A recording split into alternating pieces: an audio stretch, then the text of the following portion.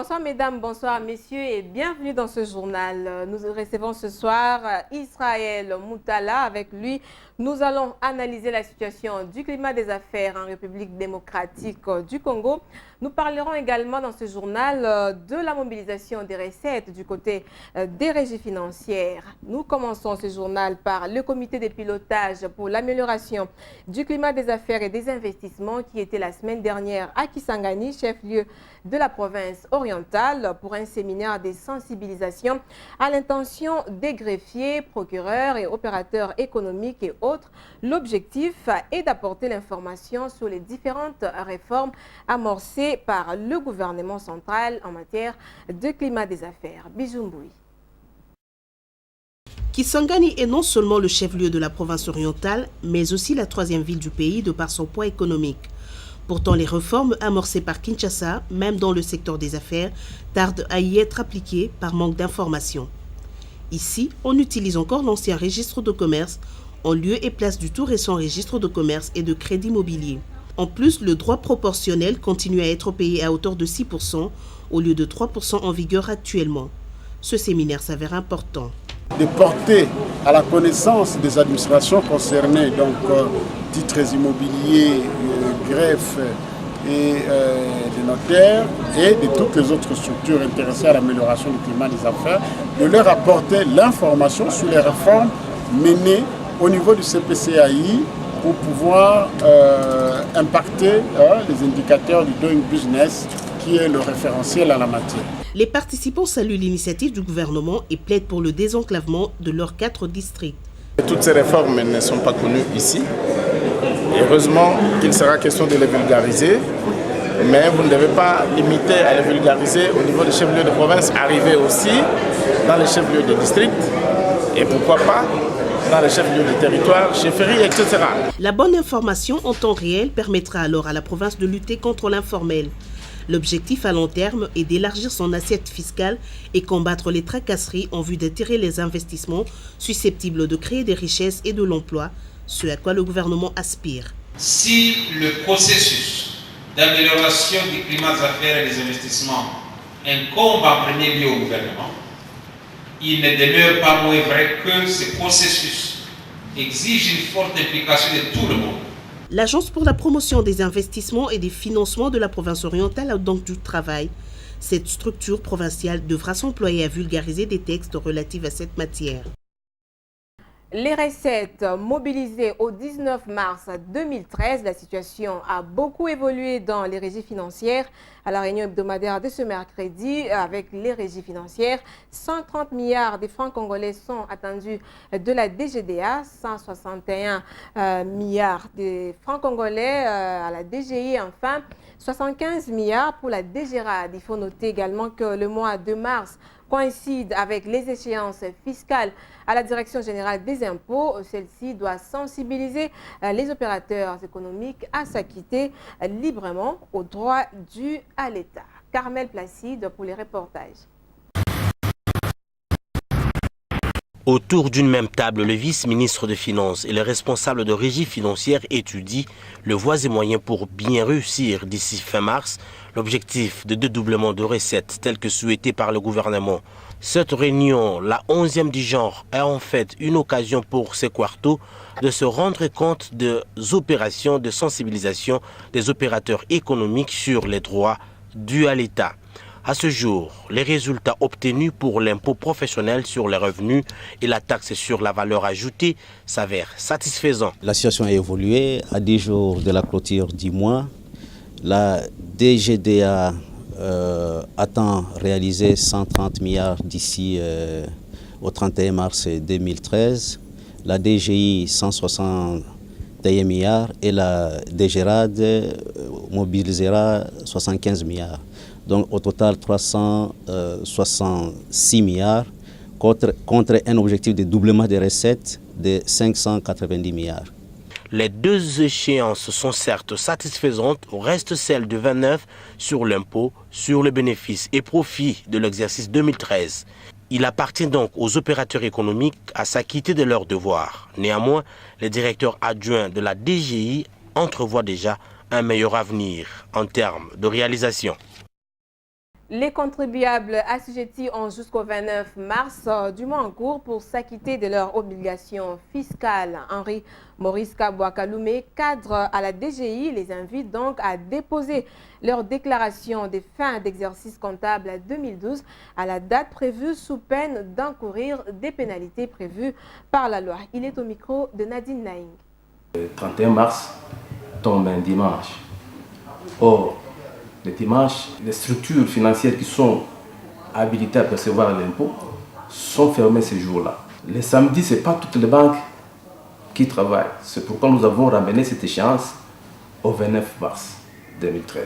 Il s'agit principalement des entreprises dont les chiffres d'affaires annuels est inférieur à 30 millions de francs congolais et supérieur à 10 millions de francs congolais. La loi du 23 février 2013 catégorise les entreprises de petite taille en micro-entreprises et petites entreprises. Ce sont les petites entreprises qui doivent venir souscrire une déclaration au plus tard le 29 mars. L'impôt sur les bénéfices et profits des petites entreprises se paye en deux quotités. Et il se paye à l'aide d'un bordereau qui est disponible déjà dans toutes les structures à travers la ville de Kinshasa. Je pense ici au centre d'impôt synthétique. Et l'impôt doit être payé au même moment qu'on dépose le bordereau pour le paiement de la compte. Cet acompte est de 60% payable le 29 mars et le solde est à payer au moment du dépôt de la déclaration qui est fixé au 31 mai 2013. L'impôt sur les bénéfices et profits de petites entreprises se calcule sur les chiffres d'affaires. Le taux est de 1% pour les activités de vente et de 2% en ce qui concerne les prestations de services. Je aimerais inviter tous les contribuables de venir payer leurs impôts pour qu'ils ne soient pas pénalisés. Au fait, il y a des sanctions qui sont prévues pour tous ceux qui ne s'acquitteront pas de leurs obligations à cette échéance-là. Nous ne sommes pas là pour demander aux contribuables de ne pas payer. Notre souhait est de voir tout le monde venir s'acquitter de son impôt. Toujours à la Direction générale des impôts, le personnel de cette régie financière peut désormais travailler avec les référentiels du droit OHADA. Pendant un peu plus d'une semaine, cadres et agents de la centrale des impôts avaient droit à un séminaire de mise à niveau sur la législation en matière économique applicable dans l'espace OHADA. La clôture de ces assises est intervenue le lundi dernier en la salle des conférences de la DGI en présence du directeur général adjoint Nadine Laing et Fiston Buni. Pendant 6 jours, agents et cadres de la DGI devaient se remettre à niveau et apprendre des connaissances sur les actes uniformes de l'OHADA en matière comptable et surtout en ce qui concerne la législation commerciale et le droit des sociétés dans cet espace. Conscient de l'importance de cette formation pour une régie financière dans la maîtrise des dispositions du droit OHADA, le directeur général adjoint des impôts en charge de fiscalité et réforme rassure les apprenants. Vous savez, effectivement, si les dispositions fiscales n'évoluent pas en phase, comme c'est le cas avec les normes OHADA, ça peut créer des contentieux inutiles, au point qu'on se retrouverait en face des juridictions compétentes et on perdrait facilement le procès. C'est pourquoi nous avions pensé qu'il était temps que nous puissions capitaliser les normes OHADA de manière à ce que pour l'avenir, nous puissions nous conformer à ces normes, au point que les dispositions fiscales soient en phase avec les normes OHADA. Et que chaque pays a une législation particulière, ça peut poser problème. C'est pourquoi, de cette expérience, les États estiment qu'il faut qu'on ait les mêmes règles pour faire évoluer les affaires. Vincent Kabouaka-Niampa promet au nom de la haute direction de l'administration des impôts d'accompagner les participants dans la mise en pratique des connaissances acquises sur les dispositions du droit OHADA. Cette formation s'est clôturée par la remise des brevets aux participants. Taux de change de ce mercredi 20 mars, le cours indicatif des billets en monnaie étrangère, le dollar américain est resté le même par rapport à la semaine dernière, c'est-à-dire 915 francs congolais pour le dollar à l'achat et 930 francs congolais pour la vente. On note cependant une légère modification pour l'euro. Il s'achète à 1182 francs congolais et à 1199 francs congolais la vente. Les francs congolais s'est donc apprécié par rapport à l'euro de 0,010%.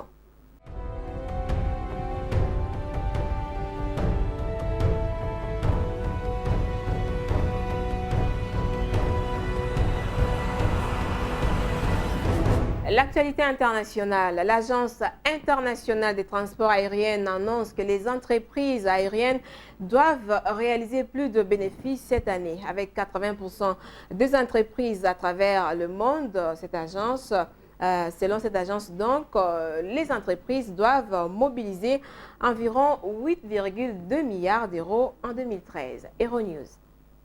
Les compagnies aériennes mondiales devraient réaliser en 2013 des bénéfices plus importants que prévu jusqu'à maintenant. C'est l'Association internationale du transport aérien qui l'affirme.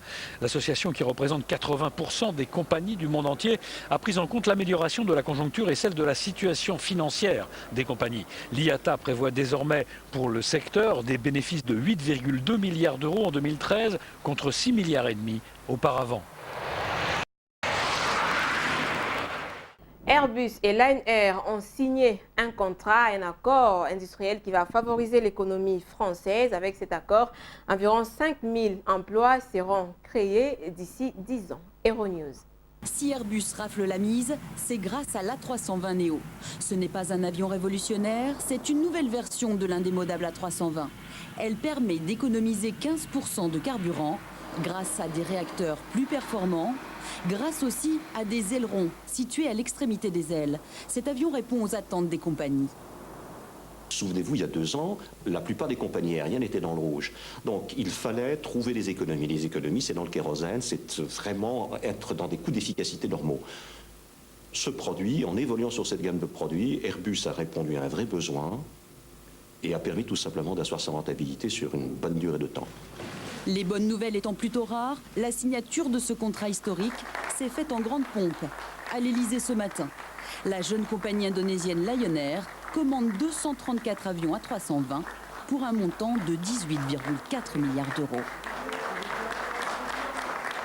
Airbus, grâce à ce contrat, va pouvoir créer 5000 emplois pendant 10 ans. C'est un exemple pour notre économie, pour ce qu'elle peut faire, pour ce qu'elle doit faire en termes de compétitivité. Airbus Industrie emploie plus de 11 000 personnes à Toulouse, fief de l'A320. Et ce contrat offre de nouvelles perspectives d'emploi. C'est génial, hein. C'est une bonne nouvelle pour l'entreprise. Hein. Oui. C'est une excellente nouvelle parce que cette commande de plus de 200 avions vient s'ajouter à celle qu'on vient d'enregistrer la semaine dernière, à 600 avions fabriqués par an, livrés par an, plus de 8 ans de travail devant nous. Chaque mois, une quinzaine d'avions sortent des chaînes d'assemblage d'Airbus à Toulouse. Et la cadence devrait encore s'accélérer. Comme je vous le disais en titre, nous recevons ce soir Israël Moutala. Il est journaliste à Géopolis. Et avec lui, nous allons analyser le climat des affaires en République démocratique du Congo. Alors Israël, croyez-vous que la République démocratique du Congo, aujourd'hui, elle peut attirer les investissements internationaux comme nationaux? Je peux dire quand même que sur le processus de l'amélioration du climat des affaires, le gouvernement a quand même fait de progrès substantiels ces derniers temps. J'en veux pour preuve d'abord et surtout l'adhésion à l'OADA. Donc c'est quand même une avancée majeure dans l'amélioration du climat des affaires. Il faut d'abord expliquer d'abord que cette démarche du gouvernement d'améliorer le climat des affaires procède d'une philosophie selon laquelle le moteur de la croissance en République démocratique du Congo doit s'appuyer sur l'initiative privée. Et comment faire en sorte que l'initiative privée puisse créer de la richesse? Il faut améliorer le climat d'affaires. Donc c'est quand même un mot savant, l'amélioration du climat d'affaires.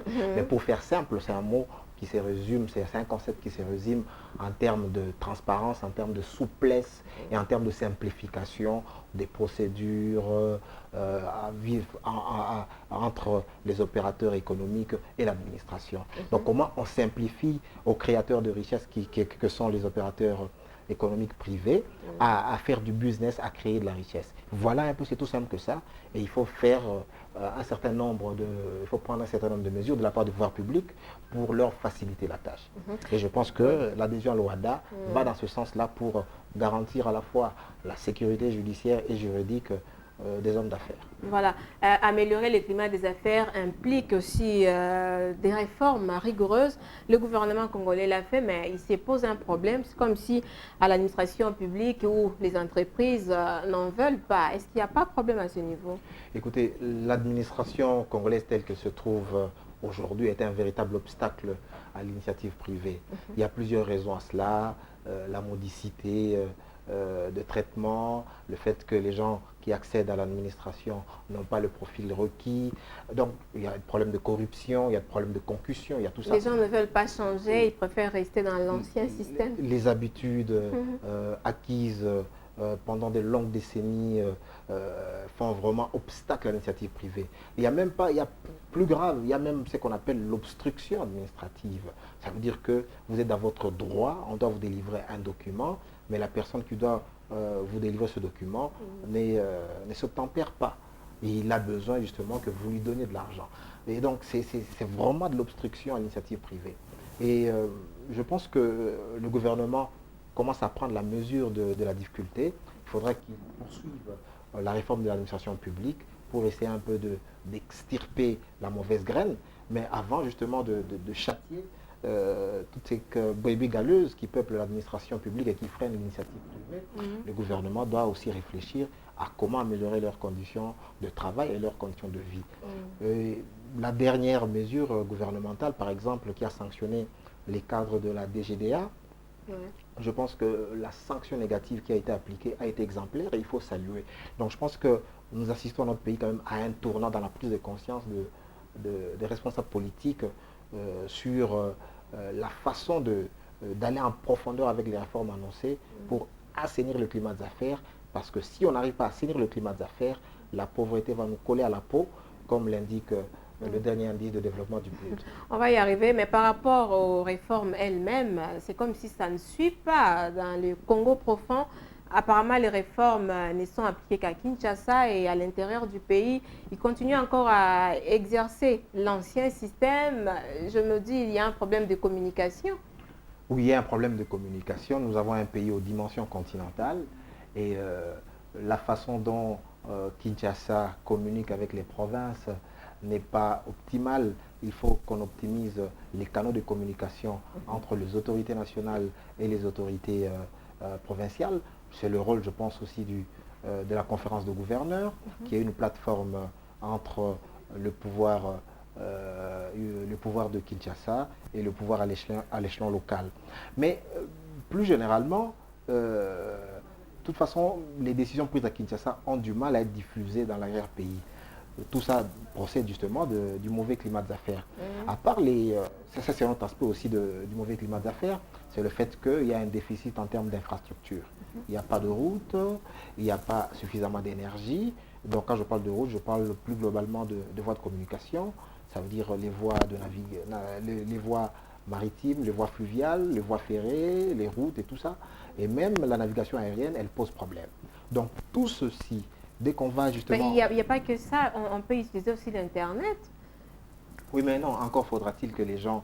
faudra-t-il que nous ayons eu une communication Internet de bonne qualité, de haut débit. Il faut aller en profondeur avec la fibre optique. Il faut tout ça. On a du retard sur la fibre optique, ça fait des lustres. Et c'est ce qui bloque aussi.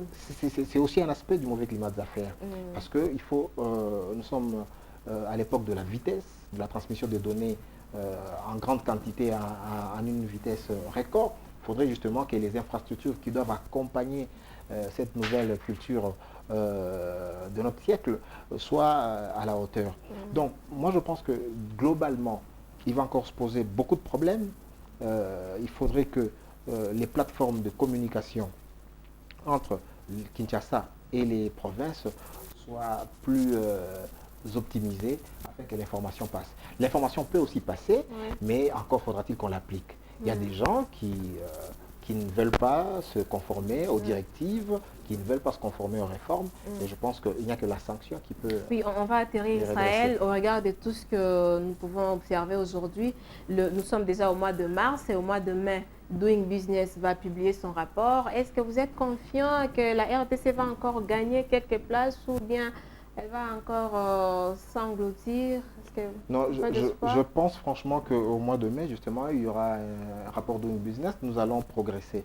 Nous allons progresser parce qu'on prendra en compte l'adhésion et les actes uniformes auxquels nous avons ratifié au RADA. Je pense que ça sera l'élément qui va faire en sorte qu'on va progresser sensiblement dans le Doing Business qui va paraître le mois prochain. Voilà, nous l'espérons. C'est la RDC, notre pays, donc nous espérons que nous allons glaner quelques points. Mesdames et messieurs, c'est la fin de ce journal. Merci de l'avoir suivi. Merci Israël Moutala d'être de notre Merci de m'avoir invité. Ok, quant à moi, je vous retrouve le vendredi prochain.